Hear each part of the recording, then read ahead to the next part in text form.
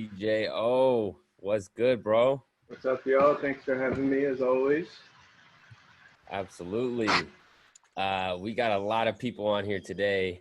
So if you are a guest, I suggest grid view because we got a lot of beautiful faces of every different possible color. Lulu, how you doing? Hello from Northern California. Really happy to see all of our team together and really excited to let our participants meet our team who've been the backbone of all of the things that we do at Revel in New York.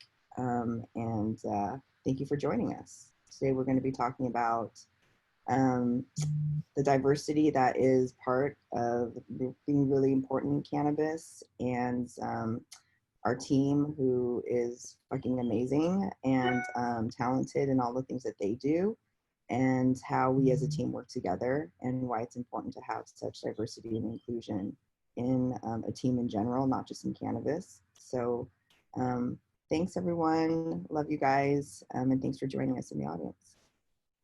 For sure. Yeah, so let's get into it. There's a lot of people on here. I want to make sure that you each get your moment. So I'm going to call on you just so that we stay somewhat ordered. And I want you to tell us who you are, what you do for Revel, but more importantly, what you do in the rest of your life. Because everybody on our team's got side hustles, other jobs, new art projects, maybe murals popping up uptown. I don't know. So let's get it popping. Peter, why don't you start us off? Hey guys, Peter Mccollum. I'm the director of knowledge for Revel. That means I'm help out with all processes, organization, and just operations to a large extent. My full-time job is as a neuroscientist studying the gut-brain axis. And I'm a co-founder of an organization called Metalust. And the goal of Metalust is just to provide healing spaces, anywhere from music festivals to creating content around the different science of different healing modalities to our current series is Sunday Circle, where we kind of just facilitate a conversation and hold safe space where people can be vulnerable. Sundays noon to 2, and where we focus on healing and have pretty intimate, vulnerable conversations for Black, Indigenous, and people of color in general. So that's where I'm at. All right, Peter, pleasure to have you, our director of knowledge. And really, I think of Peter as a Swiss Army knife who's able to do everything that we need. All right, next on my screen, Jesus, what's up, bro? What's up, everyone? I'm Jesus. I help out with videos here on Revel. And besides this video work, I do all types of like visuals. I guess the most latest stuff I've been working on have been like these murals that, as you guys mentioned, have been popping up uptown. Yeah, it's like a movement that we're kind of starting up in Dykeman that's like Inwood. I know you guys are familiar with that area of uptown, but just due to the looting that was happening, they boarded up the whole street pretty much, unless like, you know, it's the business that was open. So all these closed businesses had wood just blocking off the storefronts, and artists came together and asked permission to like paint, you know, like inspiring messages on the wood, and that's what we've been doing. And it's like, it started with one spot, and then we're just going down the street, like painting up the whole spot. So I'm glad that everyone's kind of accepting it and taking it in positively for sure. So. I'm going to say, Jesus, you're an artist of many mediums. Check out Jesus's website, jesusmsantana.com. Very talented individual, and we're super stoked to be working with you, Jesus. Thanks, Lou. Appreciate it. Also, your lighting is on fleek right now. I'm just glowing. All right, Liana, a West Coaster. Awesome. Yeah, so I'm over here on the West Coast in Eugene, and I am an executive producer for Revel. So I was helping with a lot of event stuff pre-COVID, and that has kind of moved into the more digital space. with everything that's been going on with the pandemic. And so that's what I kind of do with Revel. And then I have a company, High Vibe Curator, that I started, which is kind of based on like spirituality and spiritual activism. And I'm actually going to be launching an ebook later this month called Daddy Issues, that talks on like daddy issues and, you know, just all that encompasses that, because that's a very big thing. We like make jokes about it, but it's a very real thing that a lot of people experience. And so, yeah, that's what I've got going on. Also, we just want to jump in.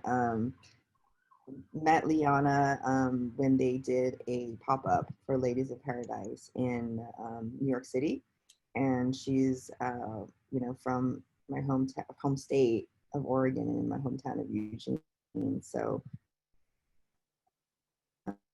really important things that I think that we love to do is connect both coasts. So really excited to be working with Liana, and she does some really beautiful things on screen as well as off screen. And High Vibe Curator, it's true.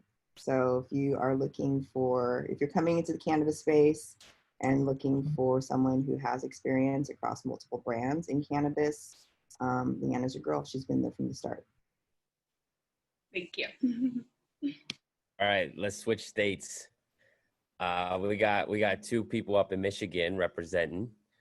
Let's start with Heather. She was team member number 1, right? Yes, I was. That was a while ago. Yeah, I was. So hey everybody, I'm Heather. I am the first team member, part of Revel. I am the director of communications. I've done everything from doing our PR to managing our social media, which has gotten, which now that has expanded because now we have a whole content team. I was living in New York, but I since relocated back to Michigan, back to my hometown in Detroit, to further my career in cannabis, which I have. So out here, I am on the marketing. I do retail marketing for Cookies Michigan, Cookies Engage. They are just a bunch of, they have a lot of, they're an integrated cannabis company out here. So we grow our own product and we, you know, obviously sell it. On the side from that, I also am the CEO of Loud Social, which is a media design and events company. And we host a lot of inclusive and healing experiences for people of color, the queer community as well. We just hold a lot of space. My business partner, Jess, who I brought on to Revel to help us expand our reach in the content section of our company. She is a COO with me at Loud. And I also teach yoga, and you can also catch me doing like some little stories. I'm trying to do these little cooking stories on Instagram, which people like them. So I'm like, okay, cool. So yeah, I'm also kind of a diva as well too. So, but when you see me at the events, come say hi. And I love being a part of Team Revel. I'm very thankful. So yeah. And I want to say thank you, Heather, for believing in us and taking a chance with us as our first collaborator and team member. I also want to point out Heather is also one of the faces of Detroit. She's also doing videos with Take Detroit, which features cool restaurants and events that are happening. So she is a hustler.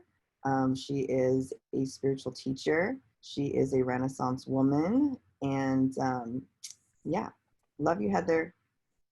I love you. Thank you. And thank you guys for believing in me too, because my whole cannabis career has been amazing because of you two, Lulu and Jacoby. So. Of course. Love you. All right. Well, I can't not go to our next Michigan teammate.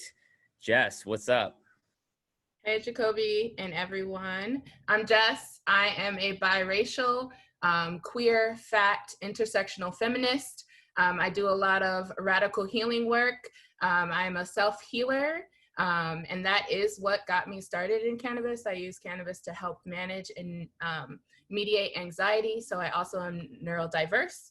And that kind of speaks to a lot of the work that I do within the space. So I am a content producer with Revel, creative content producer with Revel, and I help with the social media content planning. I also am a structure and process oriented person. So with Loud Social, I'm the COO. So we developed our own social media content process that we piloted with Revel, and we have now expanded to 3 other clients. So it's really dope to see our business grow.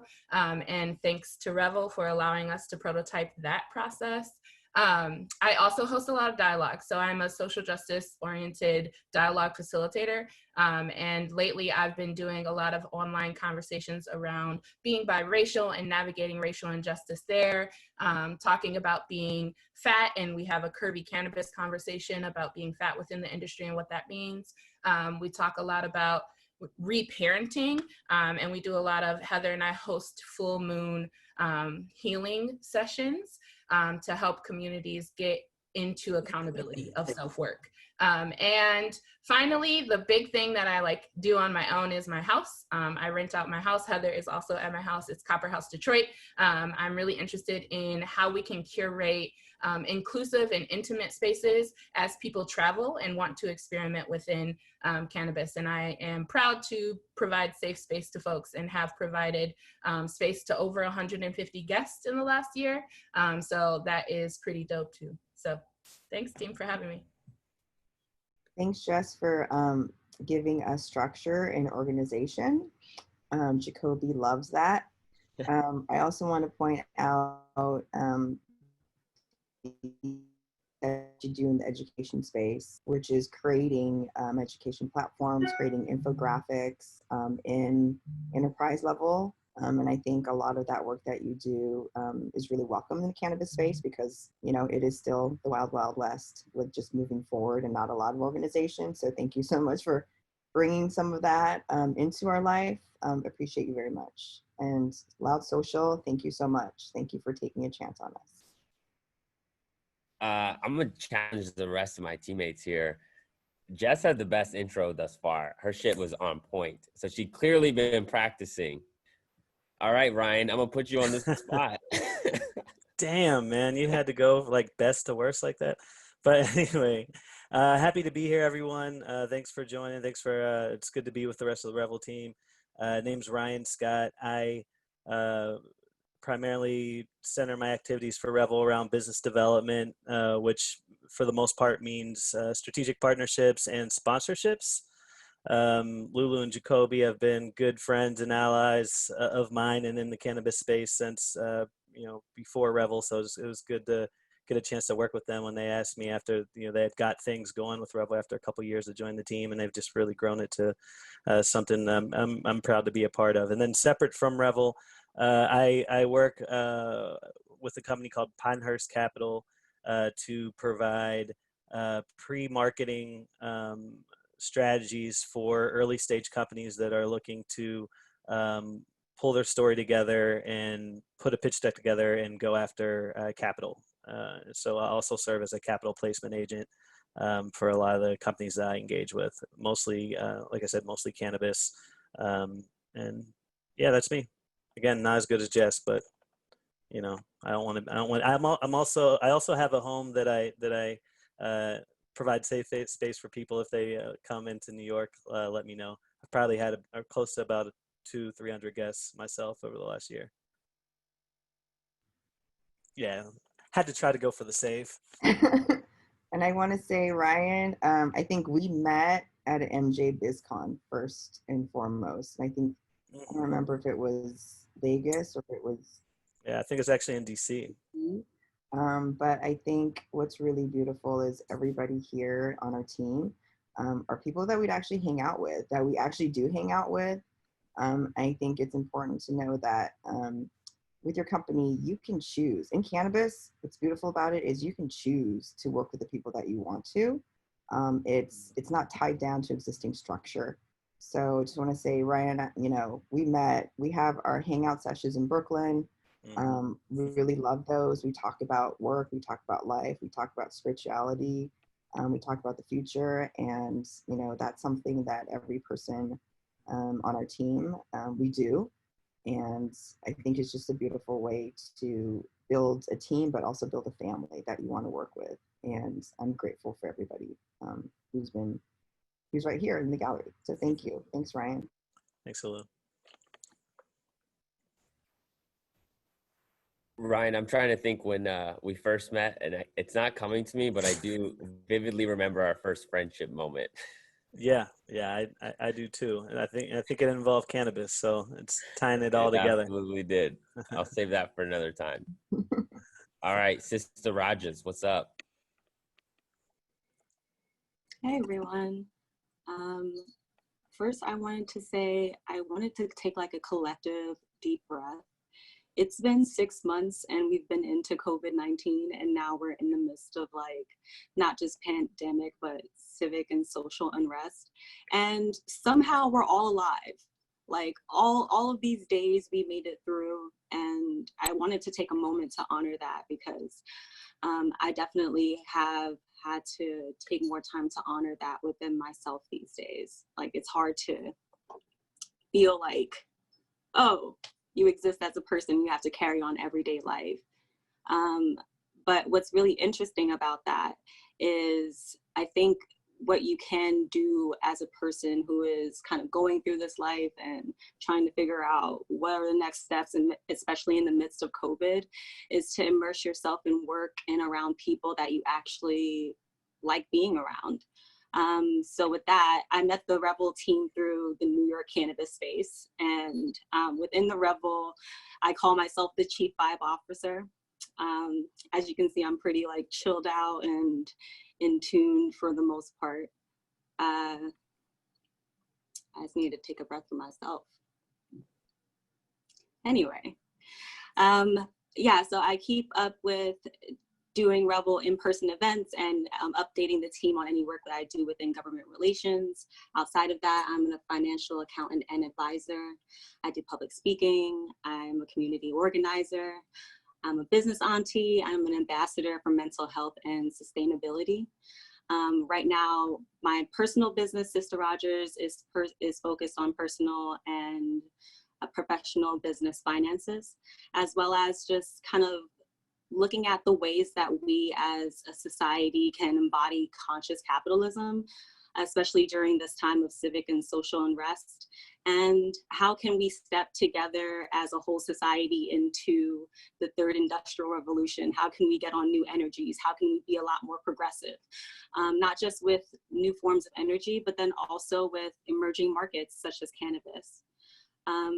So I'm really focused on moving forward the conversation through social and spiritual consciousness, through utilizing these new industries, as well as alternative forms of energy to bring forth a more holistic and sustainable future for the rest of us. Thank you. That's all.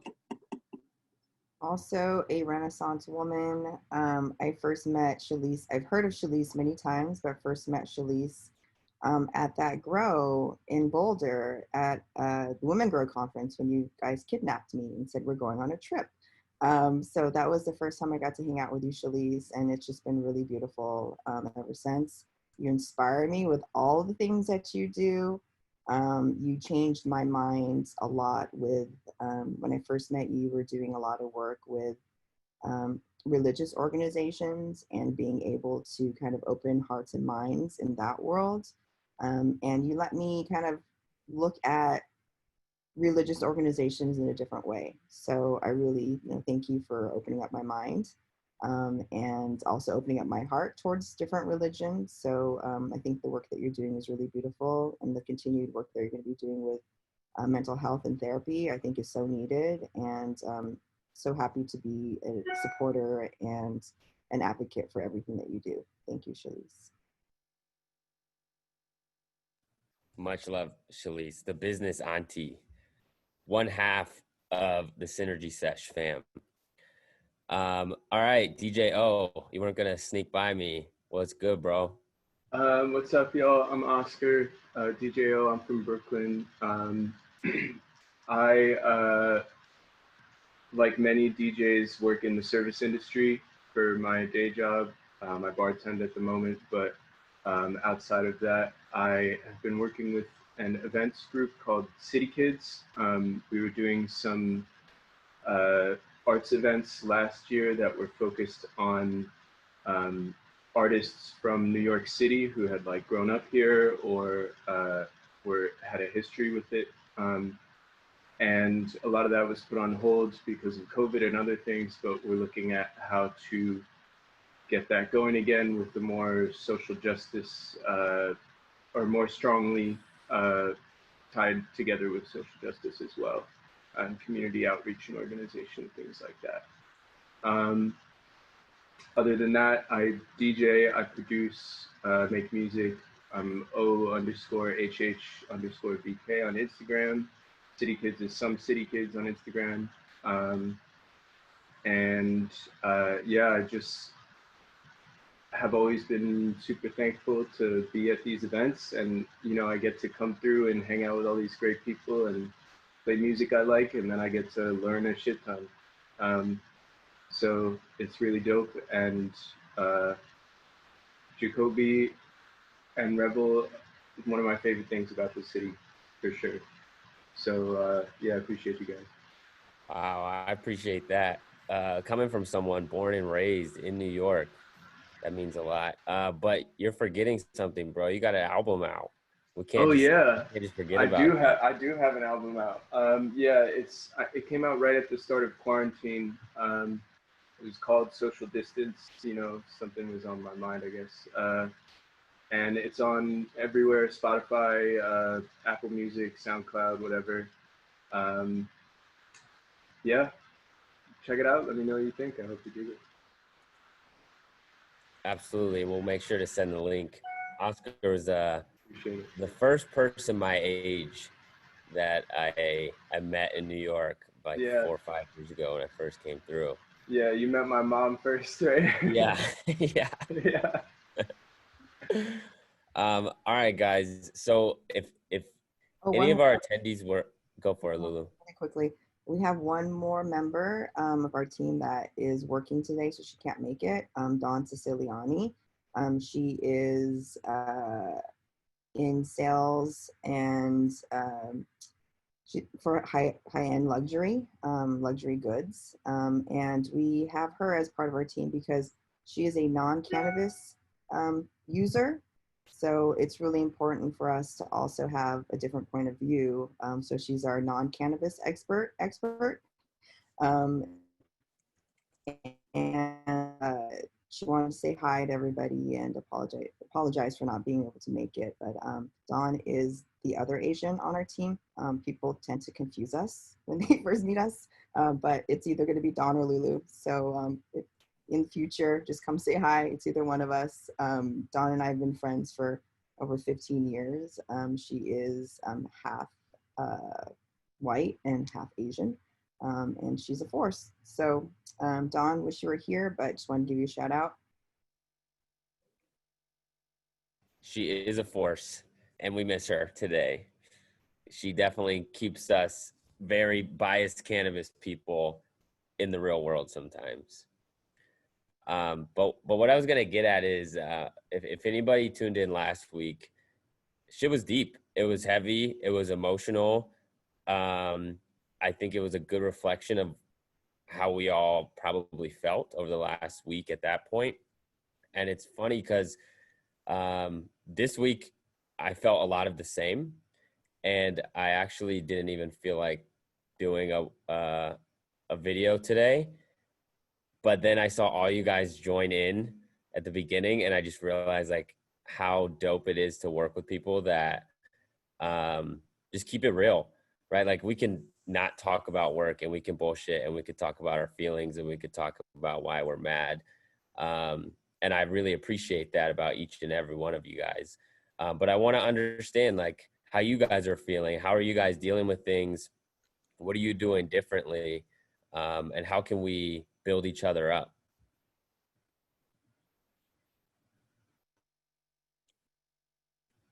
Jesus, I'm gonna pick on you. I'll call people. All right.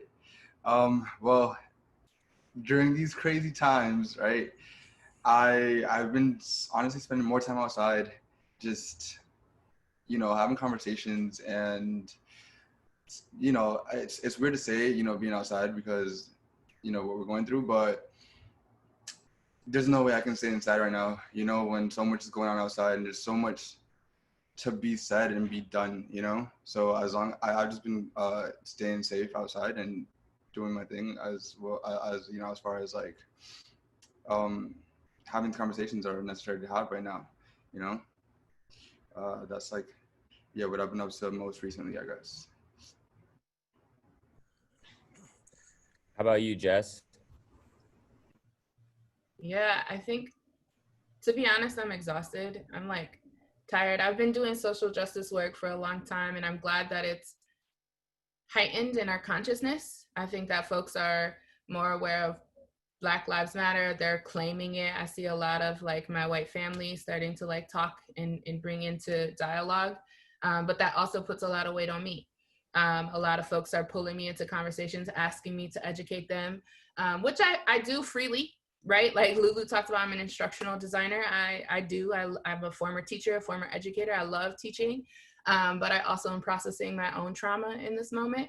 And so I've leaned in a lot to kind of pull along folks. But I think that what I'm doing for myself, which I want to talk to all the melanated bodies in the conversation today, like we got to take care of ourselves, and that is a form of resistance. Radical self-love in the moment of a context that's telling us we're not deserving of it is so important. Like I was reading Radical Dharma the other day, and the quote that really struck out was, had it not been for healing, I would not have survived my intersection. So remember that and practice self-love. And also, I'm securing the bag. We out here, we grinding, we pitching, we making money because, you know, conscious capitalism. I love that, Shalise. We got to be out here. Yeah, I'm Talk just to it, Elise. off of what she said with that. That's how I've been kind of doing my protests, by just focusing on building this business that we have, making more opportunities. We're hiring people of color now. Well, we're hiring people, but we are making it a point to hire people of color, giving them opportunities. We're being very conscious about who we're working with and the messages that they're putting out there.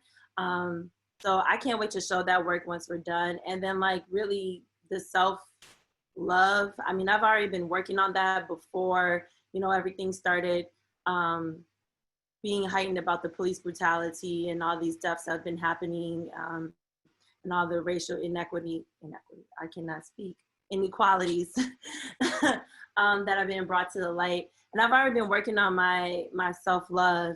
And with everything that's been going on, I'm just been taking it much more seriously. So especially with like breath work, making sure that I make that time in the morning, trying not to, you know, overdo. I tend to put a lot on my plate and then I get stressed out and anxious, but taking it bit by bit, like, you know, writing, talking, having conversations with my parents, like she said about the reparenting.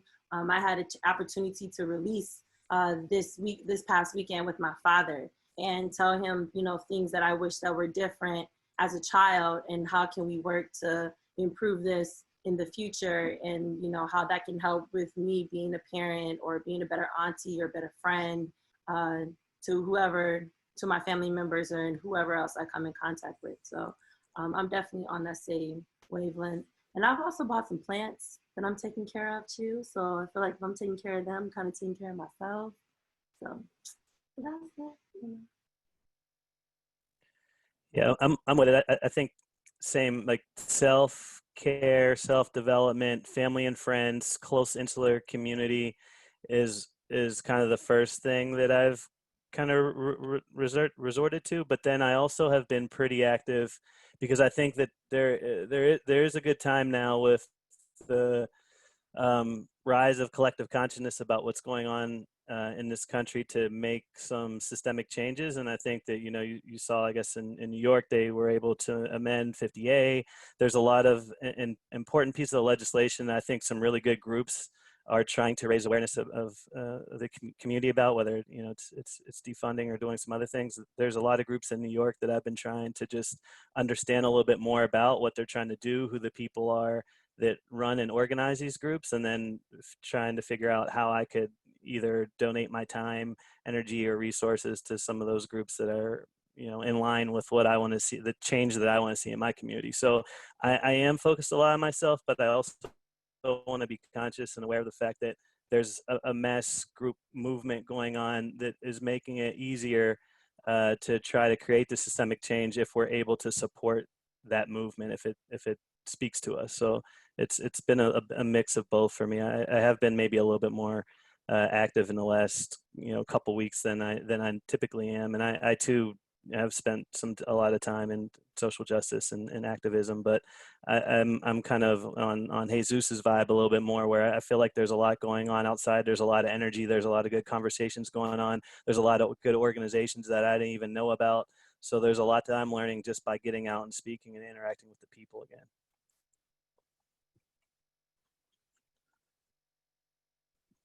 Yeah, I feel like last week when there was a lot more energy in the air, and I was kind of empowered by it.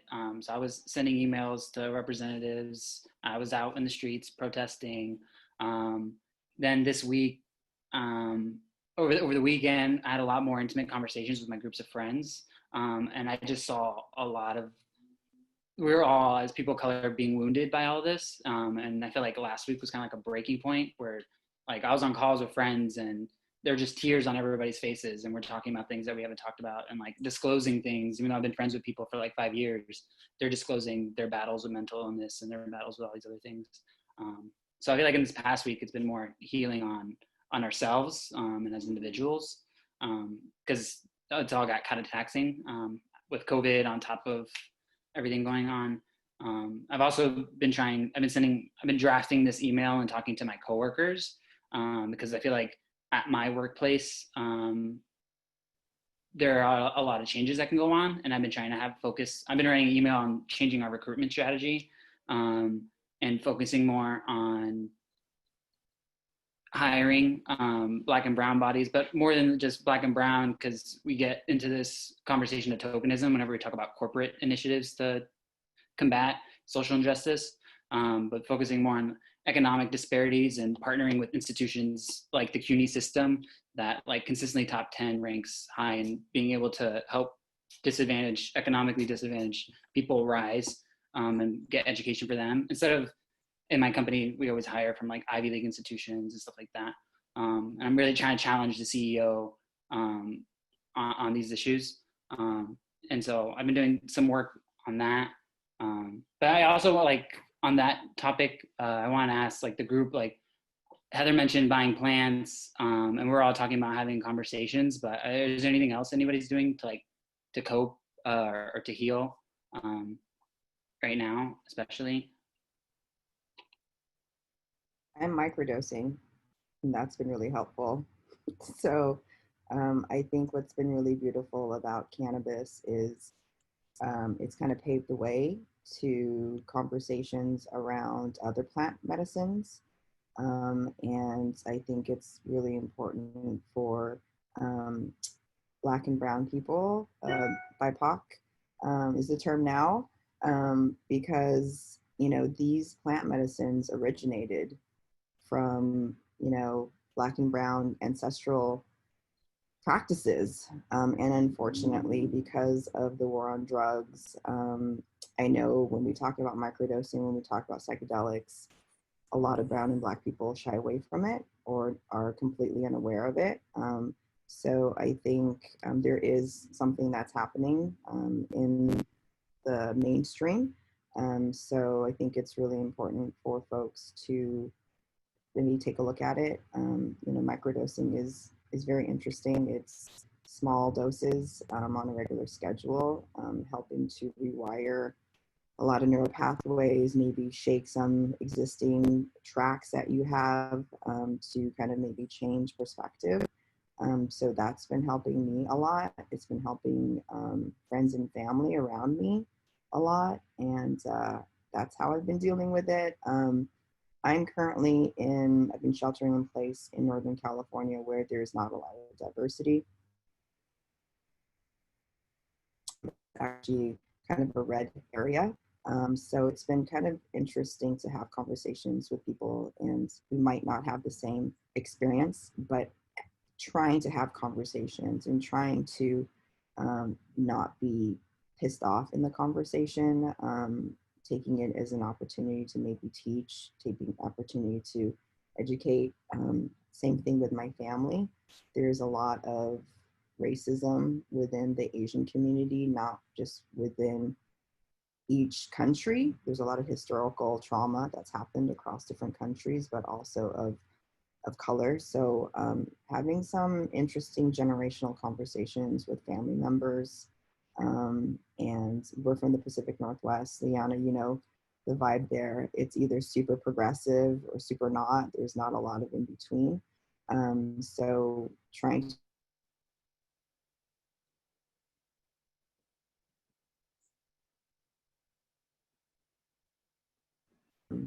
Jason was using last week instead of ally. Jacoby has some thoughts on that. So, you know, trying to be influencing around my immediate world, and coping with microdosing. So that's what I've been doing. I'm gonna push you on that, Lulu, because I think you would agree that you probably wouldn't frame it as you're coping with microdosing, but you're definitely using it as a tool for your healing. I'm just gonna call you out because I know that you would call me out if I said that on accident. Yeah, you're right. So, you know, to me, it's been in my life for a while, and it is a tool. I think everyone is different, just like cannabis. Some people you know, react very strongly to different types of strains, to different types of products. It's like another relationship that you have with something, right? It's understanding how a medicine will affect you physically, psychologically, spiritually, psychically. It's a tool for me now. I really believe in it. I think there's folks on our team that have been nodding their heads, and you know, we can definitely have another conversation about microdosing, but I think going back to traditional medicines, going back to traditional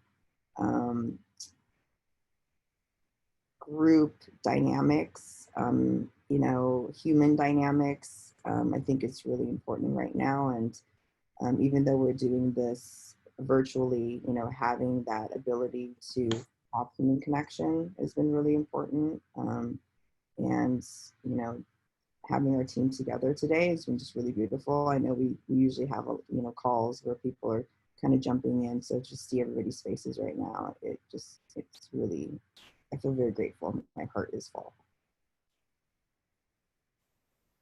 A couple of things that really resonated with me from other people is that in the workplace, right, having these conversations is much different than our team having this conversation.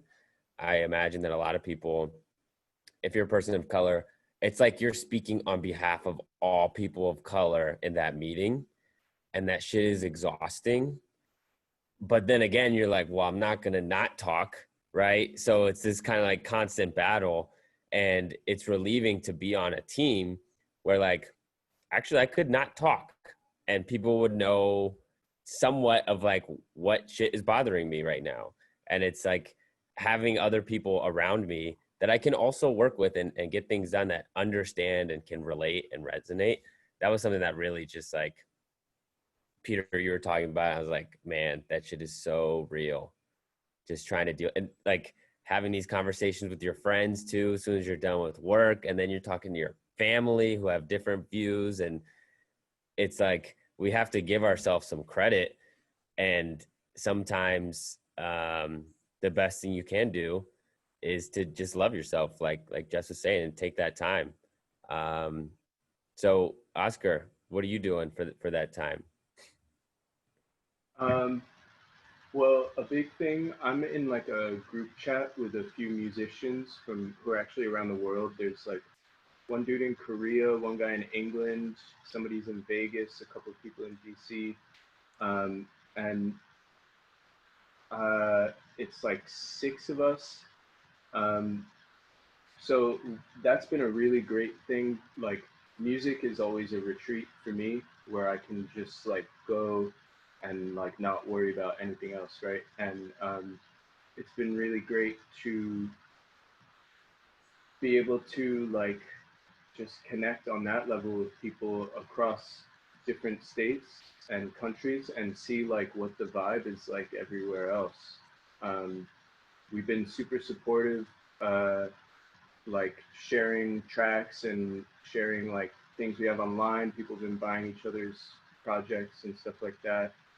Um, yeah, I'm mostly like right now, you know, I'm trying to be active, but I'm also really focusing on my immediate circles, and just like being as supportive as I can to whoever needs it, and having the hard conversations with whoever needs to be had a hard conversation with.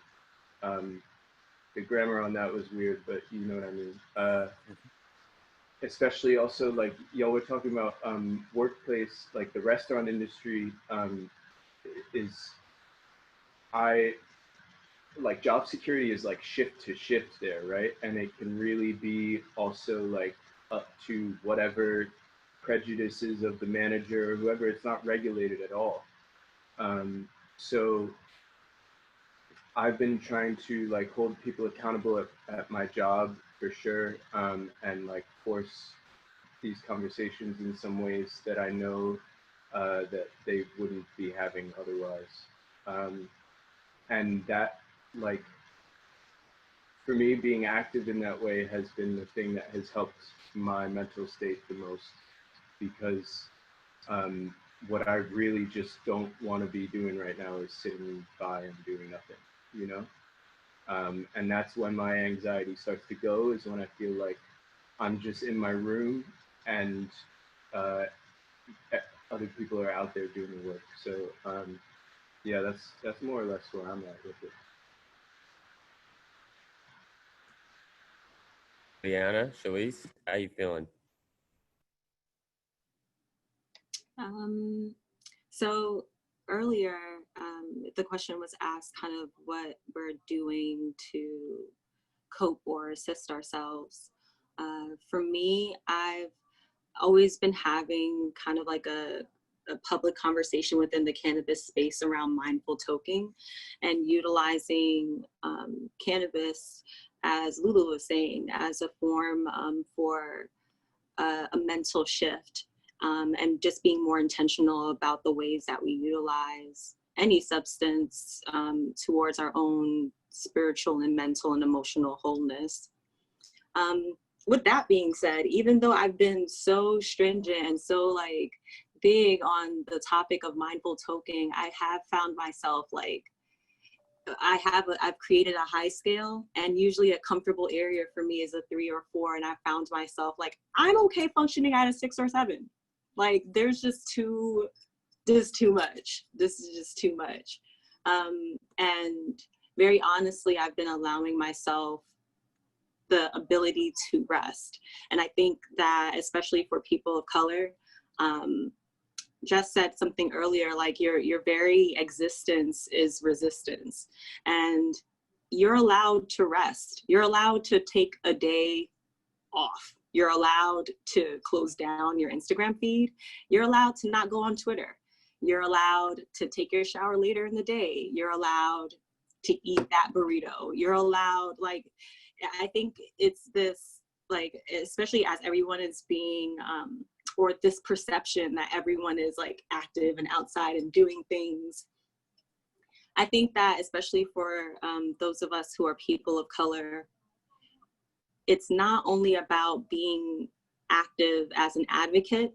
Sometimes your very existence is all the advocacy you need. Your existence is something that isn't as respected for being a human body in this world. And I think that very honestly, what I've been going through, at least in the last month, is this realization that I'm not sure everybody else has. And Jacoby definitely pulled me back if I'm gonna go like off into some other space. But I think that whether or not people realize it around the world, what everybody is actually protesting is not police brutality, but it's white supremacy. Like, and capitalism is so wrapped up in that conversation that it's very hard for many of us, especially those of us who are in an emerging industry that's built on a capitalist society, to try to kind of like weave our ways through. I appreciate all of these companies kind of coming out, and Peter was addressing that, like how do we make sure that our places of work are actually taking this conversation forward and doing something about it versus, oh, we're going to hire the person, like a diversity and inclusion person, but then they're literally just like a puppet. We have them there so you can feel safe going to them instead of going to HR. But as far as them coming up with any actual plans that the company could utilize to further their diversity and inclusion initiatives, they don't actually weave it into their OKRs for the year. They're not actually making benchmark statements about like, okay, we need to not only just hire these people, but like we need these diverse thoughts and ideas in these conversations. And I feel like that's another area. And what I've seen is kind of like these companies say like, oh, well, we will have 5% of Black people, 27% of white people, and then like this percent of other. And I'm just like, well, why are you grouping together every other race now just because we're calling you out about telling us the diversity of your employees? When we say diversity, we not only mean Black people. We want to know how many Asian people you have there. We want to know how many Hispanic or Latinx people that you have there. How many people on the LGBTQ spectrum, if they choose to self-identify with any actual sex or anything like that. Like, and these companies are not getting it. And that's kind of a hurtful part, is like, they're like, oh yeah, we'll put up our stats, but then we'll put like this percent Black and then we'll group literally everybody else together. And it's like, okay, that means you're actually missing the point behind everything that we're doing this whole time. So another coping mechanism that I've been using with that, I'm gonna call you DJ O. You know, we're two squared. That's our DJ. I don't know, name, pseudonym, I don't know what to call it. Yes, when we reopen, we gotta get the gig together, man. Yes, I have no idea what it's gonna look like, but two squared is a thing. I've been drowning in music. Like, I've discovered this thing called brown noise, and it's amazing. It sounds like we're in an airplane. I play it loud when I wake up in the morning, especially on the days where I feel like, oh shit, yeah, I'm a Black woman. Forgot. I wake up and I literally blast something. And it's usually like, it's something that makes me dance, but I will be real. Sometimes a little twerk in the morning is what one needs to restore thy soul. So that, and going, like, thankfully my partner pulls me outside a lot more often. It's warm outside. I forget that there's an outside. I would literally like shut myself off from other people because I'm like helping with COVID tracing and all these other things. I don't want to endanger anybody else in my life, but I think this human connection beyond these videos, especially as New York and other states are opening up, it has to kind of go beyond this now, because we all have had months of these lovely technology-filled interactions with one another. And while they've been a good placeholder, it doesn't equate a hug. It doesn't equate actually crying with your friends in person. It doesn't equate sharing space with people. So those have been my little droplets right there. And that's how I've been coping. Did you say you were listening to brown music? It's called brown noise. So you know how they have like white noise as a background? They have brown noise. And it's like it literally sounds to me as though I'm in an airplane. It's like that very low humming in the background. Yeah, I literally will have it on all day and forget that I have it on. And I'm like, wait, oh, I need to turn that off. My bad. You feel like it like raises your vibrations or like raises your spirit? That's kind of like is giving off some type of vibrational frequency? I think it soothes me. And I think all of us should, especially as, so we're just going to go ahead and say it as millennials and even Gen Xers, like we just all got societal PTSD right now, right? Like, I don't know other people who are in here, you could raise your hand, you could throw a fist in the comments or in the chats, but it kind of feels that way ish. I'm sorry, I just got distracted off of what you were asking me. I'm It's Friday. Because we're running out of time.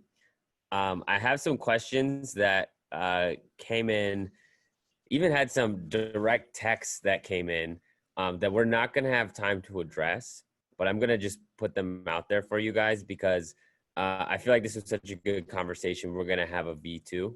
And even though we do this every week, we don't let everybody else join in on this all the time. But two things that did come up that I think were especially important from the audience is one, like all of the feelings and the coping and the healing is not only important, it's essential.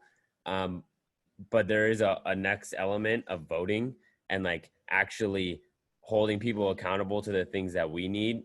And it's so important right now. So I'm not going to open that can of worms yet in this one.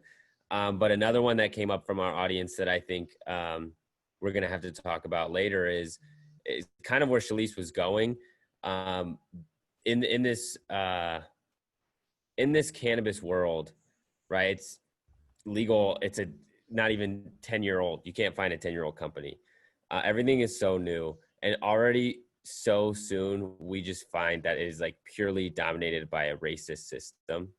And like even the companies that even say they care are just posting Black pictures on Instagram right now, but like nobody that works at their company is Black, or if they do, to your point, it's like a tokenism thing.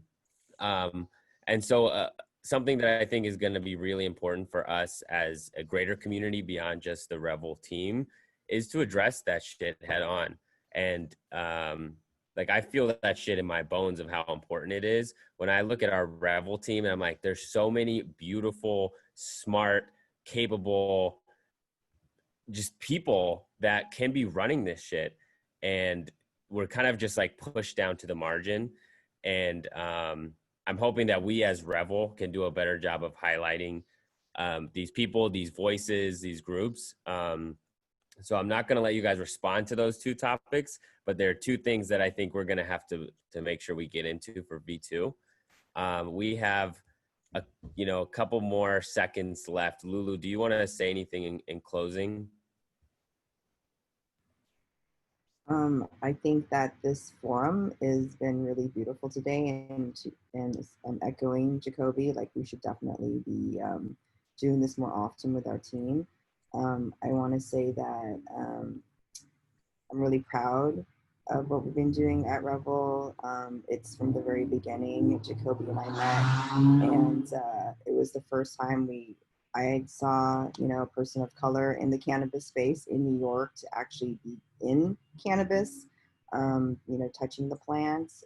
So it was really important for us to use our platform to highlight women, professionals of color, all across the spectrum that are doing amazing things, as well as our co-conspirators who are white, who also share the same ethos and are doing what they can to support and elevate the community. So I think we should just keep doing what we're doing, Jacoby, and the rest of the team. Thank you for believing in us. Thank you for sharing the same values as us. Yeah, I think this is going to be awesome, and I am really excited for New York cannabis to come. I think we're going to be a powerhouse in that when it does, especially in New York City. And I just love the voices that everyone brings in. Thank you for educating me from different perspectives, different heritages. The Dominicans, the Puerto Ricans, Black Americans, white Americans, queer, like all of that. It's just really amazing to see that this is what cannabis could look like, and having these diverse voices. And I'm just really proud to know all of you. And I respect all the things that you bring to the table for our team. And we couldn't do this without you. So pouring my heart out a little bit. Jacoby also, you know, he's been an awesome robot grandpa partner and appreciate you as well.